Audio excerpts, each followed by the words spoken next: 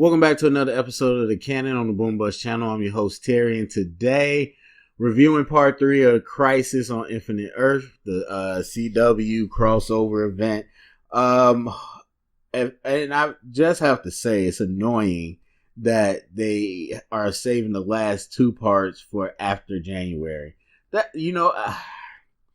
CW and their breaks have always pissed me off, but doing it with crossover broken up too as well, it's just super annoying. I feel like they've done that before, but it's so annoying. But anyway, with that being said, let me talk about Crisis Part 3. Look, I was so on the fence of even watching this because I was done after 1 and 2. What they did with Batman. If you want to check out my recaps of those 2, you can check them out in the description. This has been bad. To me, it's been bad. It's been very mishandled. It's very convoluted. It's just too much fake fan service, or I should say, not well executed fan service.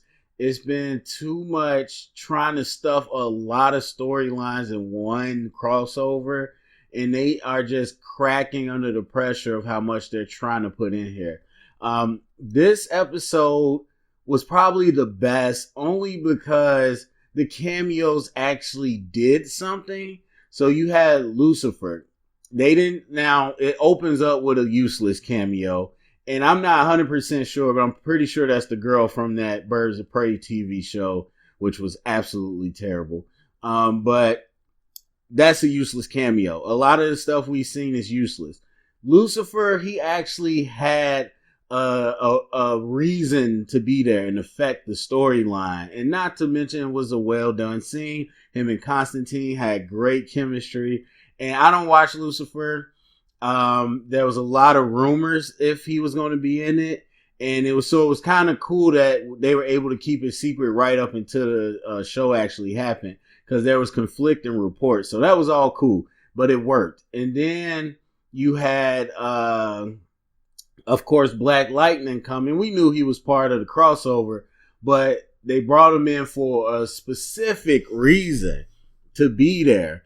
And now going forward, it makes sense that he's actually there. So that all works good for me. I like when because it's cool to see the cameos in the crossovers, but if it's for no reason, it just loses its luster for me. And so I would say this episode put everybody to their best use. And to that point, also having, well, I guess that's not Jay Garrick. See, and that's the confusing part. You have, is it John Henry Shipp play Jay Garrick from Earth 3, who is Flash, but he's also playing Barry Allen from Earth whatever, who is Flash. So it gets a little confusing, but it's still, he's a crossover, but it was a reason he was there. Even though the way they got out of the Flash disappearing in Crisis was stupid. Because they said, oh, well, it turns out it was that Barry Allen, not me. The picture that we've seen on that newspaper since season 1 was clearly Barry that we know from Earth 1. It wasn't a different Barry Allen. So that was a real cheap way to get out of it. But again, that's using a crossover and cameo to the best of your ability. I like that. But then some other stuff they did, and it wasn't even bad that it was there. It's just bad execution. So the whole idea of Oliver becoming the Spectre. You had this whole 3rd or 4th storyline of them putting him in the Lazarus pit, trying to go to purgatory, get his soul back. And within seconds, it's like, okay, he's not going to remember us. Within seconds, oh, I remember you, yeah. Within the next second, oh, I'm such and such. Who are you? I'm the Spectre. I've done this. What? Now you're the Spectre. Oh, okay, I'm not going to go. I'm going to be the Spectre. You don't even know what the Spectre is. We know, but he didn't explain anything. He did not explain anything. He just, all that you know and love will be in danger. Isn't that what Crisis is? Aren't we already in the middle of that? Where all he know and love will be in danger? Because I'm pretty sure if Crisis doesn't get taken care of, then whatever the Spectre's talking about doesn't even matter. And so it's just, yeah, that was just goofy. And it was a couple things like that where they just really rushed through the explanation, didn't even make a lot of sense. And like, you have to, because you have to fit into the episode. Like Black Lightning, I think Crest did a great job all the way up until the point where him and Barry become cool. Because it's like out of nowhere, all my anger, like Black Lightning has his own show. What is it, season 3? Like his own family, his own world, his own struggles. It all just disappears, and like in a few minutes, he cool again. Like, I mean, of course, he was still a little angry, but it just it was just all rushed to me.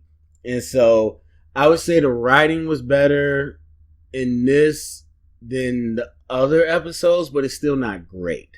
And so the thing, though, that really got me was Lex Luthor. Yes, I was so on the edge. Like, am I going to watch the next episode? But Luthor, and I'm not even sure that actor is a great Lex to me for the Lex they're trying to go for. I don't watch the show, so it's my first time seeing him.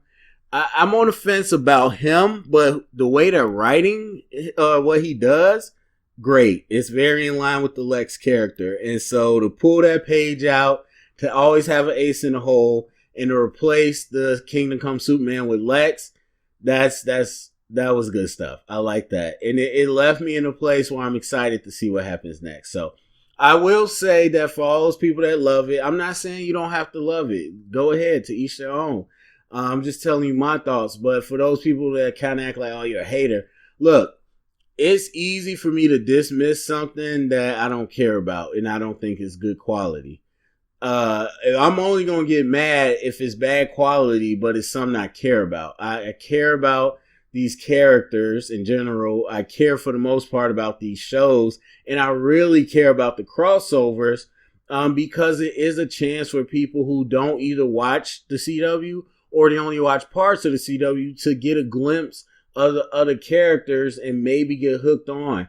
And I just think they've done a disservice to everybody in that case. So that's just me. But yeah, that's it. So for me, I guess I would give this a 79, slightly above episode 2.